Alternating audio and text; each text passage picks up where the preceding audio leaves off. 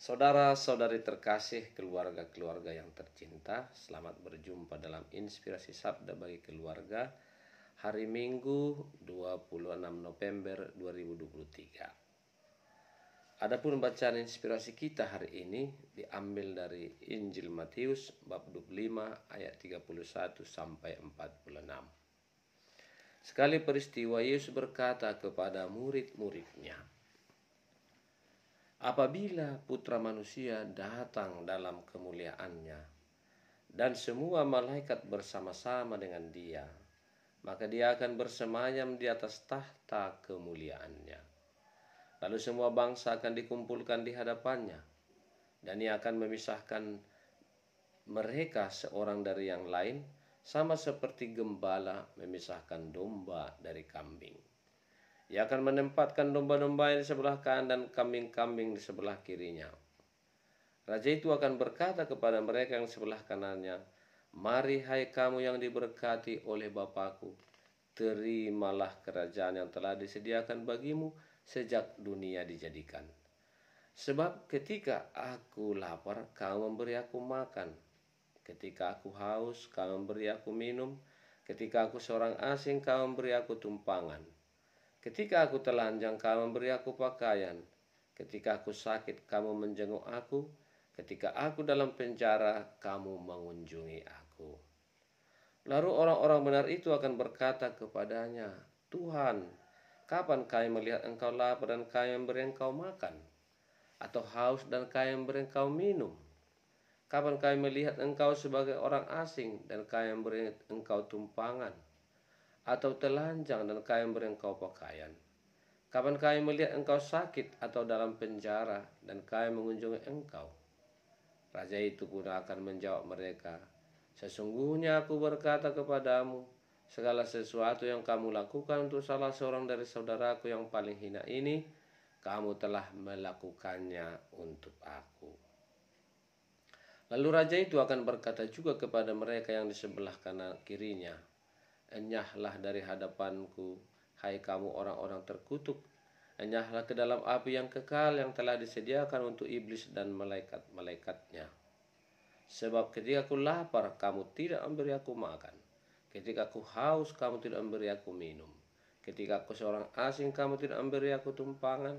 Ketika aku telanjang, kamu tidak memberi aku pakaian. Ketika aku sakit dan dalam penjara, kamu tidak menjenguk aku.'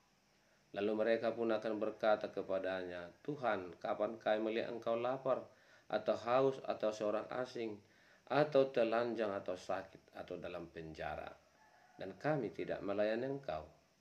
Ia akan menjawab mereka, 'Sesungguhnya segala sesuatu aku berkata kepadamu, segala sesuatu yang tidak kamu lakukan untuk salah seorang yang paling hina ini, kamu tidak melakukannya juga untuk aku.' Orang-orang ini akan masuk ke tempat siksaan yang kekal, tetapi orang benar masuk ke dalam hidup yang kekal." Demikianlah sabda Tuhan. Terpujilah Kristus. Saudara-saudari terkasih, keluarga-keluarga yang tercinta, hari ini kita merayakan Hari Raya Kristus Raja Semesta Alam.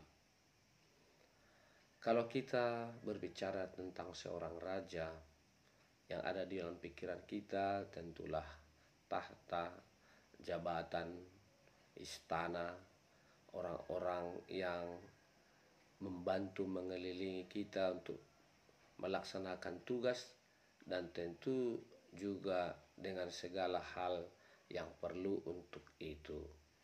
Seorang raja memerlukan suatu kekuasaan untuk dapat melaksanakan tugasnya dengan baik. Dan kekuasaan itu adalah kekuasaan untuk memerintah, mengarahkan.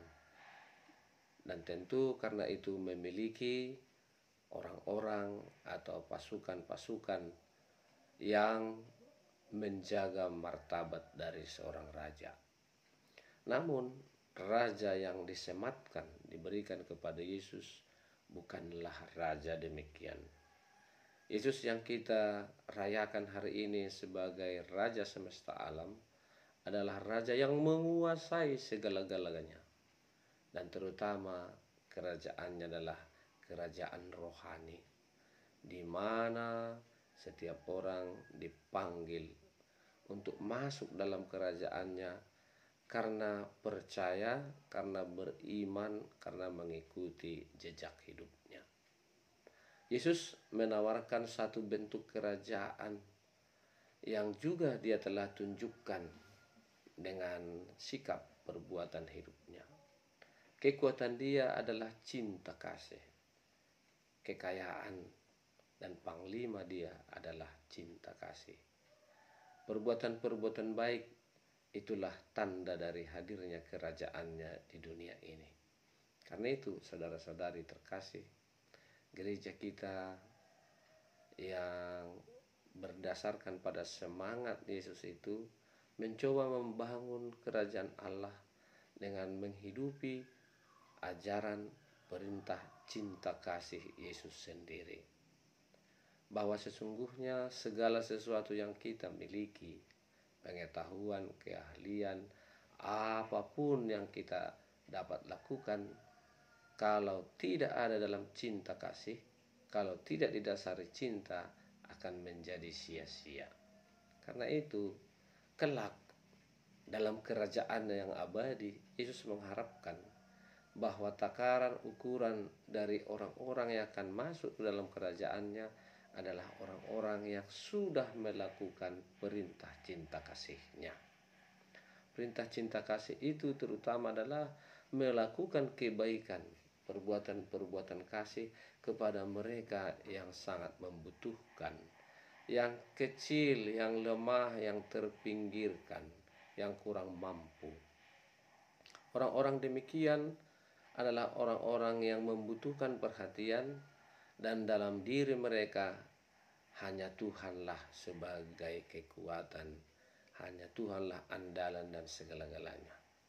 Maka ketika kita membantu menolong orang-orang miskin, lemah, terpinggirkan, kita sama dengan menolong dan membantu Tuhan sendiri. Dalam diri mereka Allah hadir, Allah bekerja, Allah berkarya. Karena itu, perbuatan cinta kasih kepada orang yang lapar, yang haus, yang telanjang, yang terpenjara, yang terasing, yang sakit adalah perbuatan-perbuatan yang paling diinginkan oleh Tuhan. Nah, saudara-saudari terkasih, bagaimana hal ini bisa kita lakukan? Tidak jauh di tengah-tengah kita, dalam keluarga kita, banyak masih anggota keluarga kita yang sakit, yang lumpuh, yang telanjang, yang terpenjara, yang terasing, yang tidak diperhatikan. Mereka itu adalah orang-orang pertama yang harus kita rawat, kita peduli, kita beri perhatian, kita bantu, kita tolong. Ada banyak saudara, anggota keluarga yang sakit, bukan hanya sakit secara fisik, tetapi juga sakit secara rohani, secara mental, secara psikis, atau juga secara iman. Orang-orang demikian sangat membutuhkan perhatian, pertolongan, dan bantuan kita. Dan seperti sabda Yesus hari ini, ketika kita melakukan itu, kita melakukannya untuk Dia. Mudah-mudahan saudara-saudari terkasih, orang yang lapar, orang yang haus, orang yang terpenjara, setiap hari, setiap saat ada di sekitar kita. Mari kita sapa, mari kita sentuh, mari kita beri sedikit perhatian waktu yang kita miliki untuk mereka. Tidaklah rugi memberi sedikit kepada mereka yang meminta di pinggir jalan, atau menolong orang yang terduduk dengan bantuan tangan, atau juga menghibur mereka yang sedang terpenjara, dan orang-orang yang lapar haus begitu banyak di sekitar kita. Mari kita wujudkan ini, dan dengan inilah akhirnya Kristus menjadi Raja di tengah-tengah dunia ini.